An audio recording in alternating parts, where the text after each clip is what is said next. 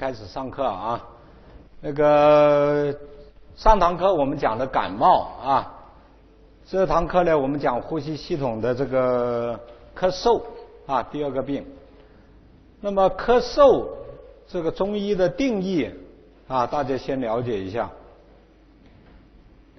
咳嗽是由于六淫之邪啊侵袭肺系，就是风寒暑湿燥火啊，六淫之邪侵袭肺系，或者是脏腑功能失调，内伤及肺啊，这是第二个，由于内伤的，那么导致的病机啊，肺湿宣降，肺气上溢所致的，临床上以咳嗽、咳吐痰液为主症的这么一个疾病啊，我们叫做咳嗽啊症或者咳嗽病都可以啊。中医以前都是认症啊，现在都叫病。那大家看这个六淫之邪侵袭肺系，六淫之邪这个是一个病因啊，它是以风邪为主。那么其他的燥邪啊，这个湿邪、寒邪啊、热邪，那么是多数都是附合于这个风入侵的啊，风为百病之长嘛，六淫之首。那么脏腑功能失调呢，内伤及肺，这个是由于内因啊导致的啊，这两个病因。所以这个定义呢，既有病因，又有病机，还有它的主要症状。我上堂课讲了啊，中医是以主症辨证的啊。那么只要以咳嗽、咳吐痰液为主症的啊，主要临床表现的，那我们就可以按照咳嗽辨证啊。中医不一定说非得像你啊，西医是一堆的症状、体征啊，这个检验结果综合表现啊。那么中医呢，你这个咳嗽有呼吸系统疾病，也可以是啊是心理性的疾病啊，也可以是肾脏的疾病，也可以是心脏的疾病，只要它以咳嗽为主要表现的，就可以啊按照这个病症。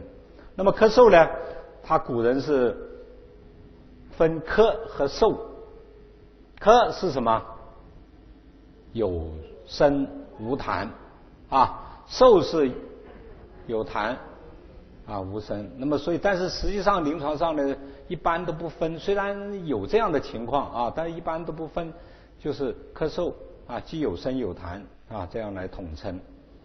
那么我们接下来了解一下这个源流啊，古人对这个我们咳嗽病的这个认识啊。首先讲这个病因病机，从病因病机上面来了解啊。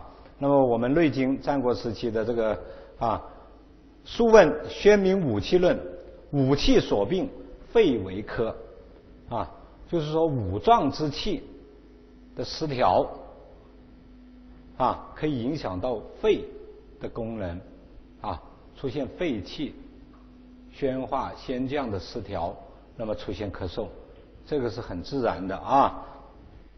另外，《素问·科论》里面，五脏六腑啊，五脏六腑皆令人咳，非独肺也。也就是说，咳嗽不单只是肺脏一个脏腑的病变啊，五脏六腑都可以，是吧？我记得我们学《内经》的时候，我读大学的时候考的《内经》的题就是这个啊，当时不理解，好像觉得很难答啊，因为没有经过临床啊。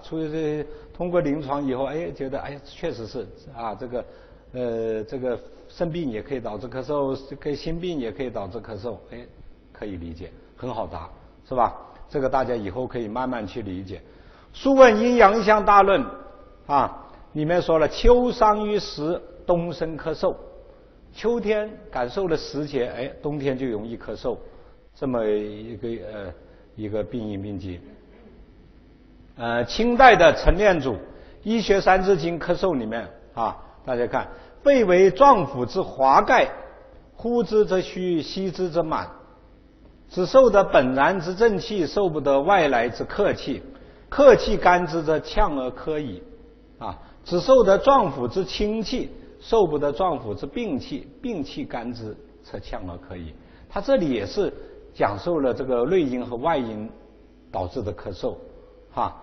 那么说，他之受的本然之正气，受不得外来之客气，也就是说风寒暑湿燥火，哈，如果侵袭肺脏啊，那么就可以导致咳嗽。那么脏腑的清气啊，可以啊，那么脏腑的病气啊，影响到肺脏，就可以出现咳嗽。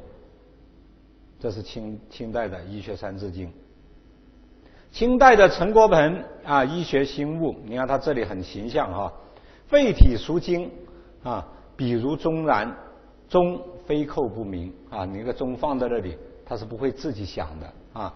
风寒暑湿燥火六淫之前，至外急之侧明，就是说感受了风寒暑湿燥火外淫啊，六淫外前，它就会咳嗽。那么劳郁情志饮食质朴之火，至内功之侧明啊，就是说跟劳郁过度的劳累啊，情欲过度啊，还有情志的失调，还有饮食啊这些因素，可以导致脏腑功能的失调，出现啊肺脏的病变而出现咳嗽啊，这是清代的陈国鹏的医学新物。在分类方面啊，《素问·科论》它是以脏腑来命名的啊，肺科、心科、脾科、肝科、肾科，这个是五脏之科啊，以脏腑来命名。隋代的曹元芳《诸病源候论》啊，将咳嗽分为10种啊，其中包括上面的5种啊，5种咳嗽，五脏的咳嗽，还有什么风科、寒科、久科、胆科和厥阴科啊，它是按照这10种咳嗽来分类。那么金元时期的这个刘和坚啊，《和坚六书咳嗽论》里面，咳嗽啊，咳为无痰而有声，这里是解释了我们刚刚的咳和嗽的那个定义啊。肺气伤而不清也，那也就是说，咳是由于肺气伤啊，肺气受到了损伤啊。那么嗽呢，为无声而有痰啊，主要是痰。那么痰怎么来的？脾湿动而为痰也，是吧？跟脾有关系啊，这个痰。咳嗽谓之有声有痰啊，这么刘和坚的《和坚六书》这么论述。那么清代的张仲景《景岳全书》他说，咳嗽之要只为2症，何为2症？一曰外感，一曰内伤啊，而尽之矣。就是说咳嗽分为外感和内伤2大类啊，这个在《景岳全书》。在治疗方面，这个东汉的张仲景《金匮要略》论述了这个痰饮啊，由于痰饮啊导致咳嗽的治法啊，这一句也是很有名的。我记得我在读大学的时候，这个也是《金匮要略》里面把它拿来作为考试题啊。怎么叫做病痰饮者，当以温药和之？用什么温药啊去治疗，是吧？所以他这里详细